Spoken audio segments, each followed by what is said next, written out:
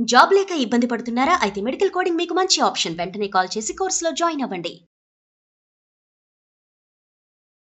నమస్తే రమ్మగారు. నమస్తే జయ. రమ్మగారు, విక్రమ బేతాళ కథలు. పట్టువదలని విక్రమార్కుడు మళ్ళీ లోపలికి నడిచాడు, శవాన్ని భుజానేసుకున్నాడు, బయటికి నడవటం మొదలుపెట్టాడు. బేతాళుడు అన్నాడు, విసుగు విరామం లేదే నీకు? నీలాగా పట్టిన పట్టు విడవని వాడంటే ఎంత ఇష్టమో నాకు. నీ పట్టుదలని మెచ్చి మీకు ఒక అద్భుతమైన కథ చెప్తా, నీకు మార్గాయాసం తెలియకుండా అని చెప్పి ఒక కథ చెప్పడం మొదలుపెట్టాడు. ధాన్య కటకం. మన విజయవాడ చుట్టుపక్కల ప్రాంతాన్ని ధాన్య కటకం అనేవాళ్ళట ఇదివరకు.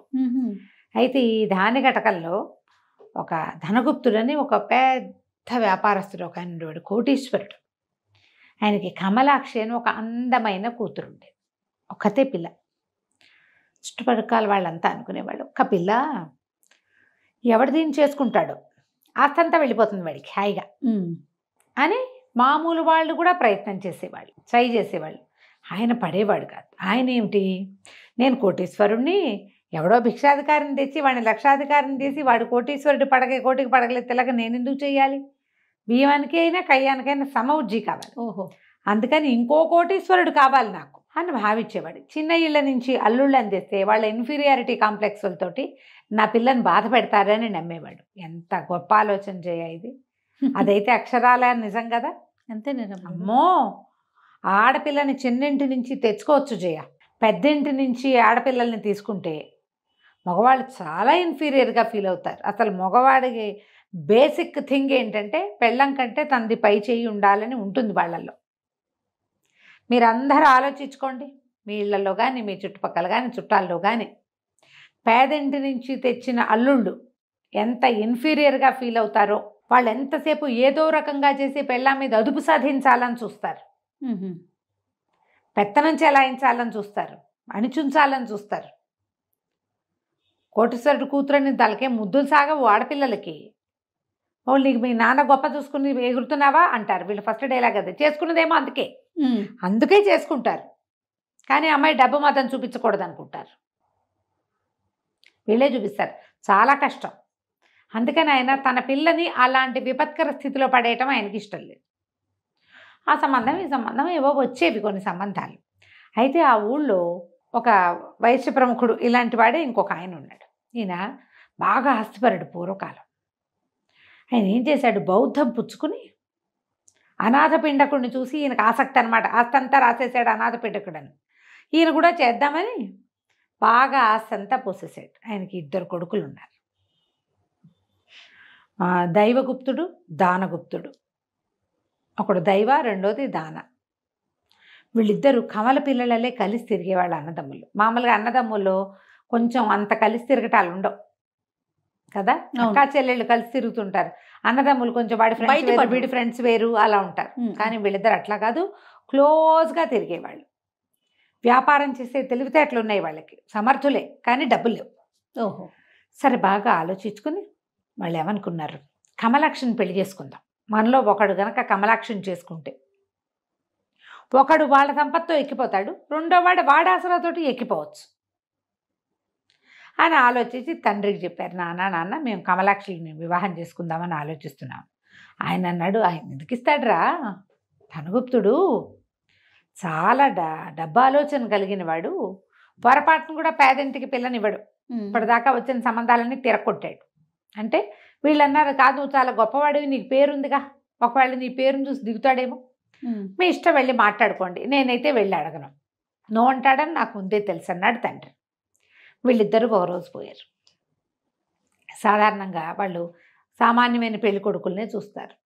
ఈ పిల్లలు చక్కటి వాళ్ళు, మగపిల్లలు ఇద్దరు బాగున్నారు. చిదివి దీపం పెట్టుకోవటం అని ఆడపిల్లల గురించి అంటారు, కానీ మగపిల్లల గురించే చెప్పచ్చు, కత్తుల్లా ఉన్నారు వాళ్ళు. ఇద్దరు వెళ్ళి మాట్లాడితే ఈయన అన్నాడు, మీరు స్వయం కృషితో 1,00,000 రూపాయలు సంపాదించుకొస్తే 1,00,000 వరహాలు పిల్లనిచ్చి పెళ్లి చేస్తా, మీ ఇద్దరిలో ఎవడొచ్చినా నాకు అభ్యంతరం లేదు అనేసరికి పిల్లలు వీళ్ళు తెలివిగల వాళ్ళు కదా, వాళ్ళు అన్నారు, 1,00,000 తేవడానికి మాకు అభ్యంతరం లేదండి, దానికి పెట్టుబడి కావాలిగా. మా నాన్న సంగతి మీకు తెలుసు, ఆయన అంతా బుద్ధ భగవానుడి కోసం దానం చేశాడు. సమాజంలో మంచి పేరు, గౌరవం, మర్యాద తప్ప మా నాన్న దగ్గర ఏం లేదు. తెలివితేటలు సమర్థత తప్ప మా దగ్గర ఇంకేం లేదు. మీరేమైనా ఇవ్వండి మాకు అనేసరికి ఈయనకి సంబంధం మంచిది, తండ్రి చాలా గొప్పవాడు, సమాజంలో చాలా మంచి పేరుంది. అతని పెంపకంలో పెరిగిన పిల్లలకి ఇన్ఫీరియారిటీ కాంప్లెక్స్లో దిబ్బ తిరుగుండాలి ఏమి ఉండవు, చాలా స్ట్రాంగ్ పర్సనాలిటీస్గా ఉంటారు.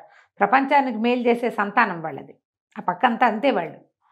కాకపోతే డబ్బులు లేని వాడికి ఇవ్వడం, ఇంతమందిని చూసి ఇంటర్ కాల్చి వచ్చినట్టు ఏమీ సంపాదన లేని పిల్లాన్ని ఒకటి అందంగా ఉన్నాడని కడితే ఏమంటారు, సమాజం ఏమంటుంది? బాగా ఆలోచించి సరే పోతే పోతుంది, మనవాడే సాటివాళ్ళు, చెరుకో వెయ్యి ఇద్దామని అబ్బాయిలు మీ ఇద్దరికి దైవగుప్తుడు దానగుప్తుడు చెరుకో 1000 వరహాలు ఇస్తా, సంవత్సరం గడువు, ఏడాదిలో దీన్ని 1,00,000 చేసుకురండి. 1000కి 1,00,000. 1,00,000 వ్యాపారాల్లో అవుతాయమ్మా, సరైన వ్యాపారం అయితే అవుతుంది. మనం ఎంతమంది ఎన్ని కథలు చూడలేదు, 5 ఏళ్ళు తిరిగేసరికల్లా ఇన్ని లక్షలు చేయాలి కదా, అవును. కోటీశ్వరుడు అయిపోవాలి, ఏడాది తిరిగేసరికి లక్షాధికారి అయిపోవాలి, ఇవే కథలు. సరే అబ్బాయిలు ఇద్దరు తలకాయ అయిపోయారు. సరే చెరుకోలాగా 1000 పుచ్చుకున్నారు. పుచ్చుకుని సరే తండ్రితో చెప్పారు, వ్యాపారం చేయడం కోసం వెళ్ళారు. వెళ్ళి వాళ్ళు మగధ దేశంలో చెరుకో వైపుకు ఎయ్యారు. ఏడాది తర్వాత ఇక్కడ కలుసుకుందాం, ఎంతైతే అంత అంతే. సరే అయితే సంవత్సరం తిరిగిపోయింది. కమలాక్షికి పెళ్లి సంబంధాలు పెద్దగా ఏం రావట్లేదు, ఏవో వస్తున్నాయి. ఆయన చూసి చూసి ఈ పిల్లలు వస్తారేమని ఒక లీలగా ఒక ఆశ ఉంది లోపల. ఒక ఏడాది ఆగుతామన్నాడు. అందరూ కొంచెం చప్పగా ఉన్నారు, పిల్ల ఏదో చదువుకుంటుంది, నడుస్తుంది. సంవత్సరం తిరిగింది. దైవగుప్తుడు దానగుప్తుడు ఇద్దరు కలుసుకున్నారు. ఇద్దరు కొంచెం దిగులుగానే ఉన్నారు. నువ్వెంత సంపాదించావంటే నువ్వెంత సంపాదించావు. దానగుప్తుడు 30,000 వరహాలు సంపాదించాడు. ఇంతకంటే అవ్వలేదురా అన్నయ్య అని చెప్పాడు. దైవగుప్తుడు అన్నాడు, నేను 80,000 సంపాదించానురా అని చెప్పాడు. ఇప్పుడేముంది, ఇద్దరికీ అవ్వదు పెళ్ళి, 1,00,000 లేదుగా. సరే ఏం చేద్దాం, పెట్టుబడి అయితే ఆయన పెట్టాడు, ఈ తాప వెళ్ళినప్పుడు ఆయన డబ్బులు ఆయనకి ఇచ్చేద్దాం, రాత్రి పడుకుని నిద్రపోదాం, మళ్ళీ వ్యాపారాల్లో పడదాం. వెళ్తే పెళ్ళి, వెళ్ళకపోతే ఏముంది, వ్యాపారం మన వ్యాపారాలు మనకు ఎలాగో ఉన్నాయని పడుకుని నిద్రపోయారు. తెల్లవారు లేవగానే దైవగుప్తుడు అన్నాడు, ఒరే నేను మగధ వెళ్ళిపోతా, మగధ నుంచి బయటికి వెళ్ళిపోతా, వ్యాపారం చేసుకుంటా. నువ్వేం చేస్తావంటే నీ దగ్గర 30 ఉన్నాయి, నేను ఒక 70 ఇస్తా, 1,00,000 పట్టుకెళ్ళి కమలాక్షిని వివాహం చేసుకో, మనకు ఎట్లాగూ వాళ్ళ సంపాదన నీకు ఎట్లాగూ ఎక్స్ట్రా అవుతుంది, బాగుంటుంది అని చెప్పేసరికి కాదు కూడదన్నాడు. కానీ దానగుప్తుడు ఒప్పుకున్నాడు. అప్పుడు అన్నయ్య దగ్గర నుంచి 70,000 వరహాలు తీసుకొని వెళ్ళిపోయాడు. ధనగుప్తుడికి చూపించాడు, తండ్రికి చెప్పాడు, ఫలానా వ్యాపారం చేసాం, అందులో ఇగో లెక్కలు చూపించాలి కదా, ఇదిగో ఇదిగో ఇంత ఇంత ఇలా వచ్చింది అని చెప్పి తను రాసుకున్న లెక్కల్ని త్రిబుల్ చేసి 30 వచ్చింది కదా, 30ని 1,00,000 చేసి చూపించేశాడు. పెళ్ళైపోయింది. కథ కంచికి మనం ఇంటికి. ఈ మాట చెప్పాడు భేతాళుడు. వీళ్ళిద్దరిలో ఒకడు 30, రెండోవాడు 80 సంపాదిస్తే 80 వాడు ఏమని ఉండాలి, ఆ 30 నాకివ్వు, నేను కదా చేసుకుంటాను అనాలి. కానీ అలా అనలేదు. ఎందుకు అనలేదు, ఏమిటి కారణం అనగానే అప్పుడు భేతాళుడే మన విక్రమార్కుడు చెప్పాడు, దాంట్లో ఏముంది, బహుశా దైవగుప్తుడికి వివాహం క్రైటీరియా కాదు, అతనికి కమలాక్షి కాదు అతనికి కావాల్సింది, అతని వ్యాపారం కావాలి. అందుకని ఒకే పెట్టుబడితోటి ఒకే గడువులో అతనికి వీడికి త్రిబుల్ చేశాడు. ఇంచుమించుగా సంపాదన పట్టింది అతనికి.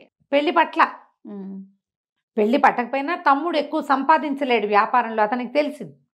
శుభ్రంగా పెళ్లి చేసుకుని రెడీగా ఉన్న ఆ ధనగుప్తుడి వ్యాపారాన్ని నడుపుకుంటాడు హాయిగా, తమ్ముడు సెటిల్ అవుతాడు.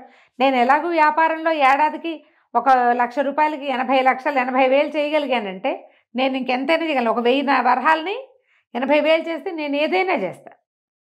లెక్క చూడు, 1:80 అయితే ఇప్పుడు తన దగ్గర ఎన్ని పట్టుకెళ్ళాడు, 10,000 పట్టుకెళ్ళాడు. 10,000 ఎంత, కోట్లు అవుతాయి. నేను చేయగలను, తమ్ముడు అంత చెయ్యలేడు. వాడు చాలా పెనుగులాడితే 30 చేసాడు, పెళ్లి చేసుకుని హాయిగా ఉంటాడు. కమలాక్షి మన ఇంటి కోడలు అవుతుంది, నాకు ఇంకో పెళ్ళం దొరుకుతుందని వెళ్ళి పెట్టుబడికి బిజినెస్సే కావాలి, పెళ్ళం అక్కర్లా. అది అయి ఉంటుంది కారణం అన్నట్టు అనగానే భేతాళుడికి నచ్చింది.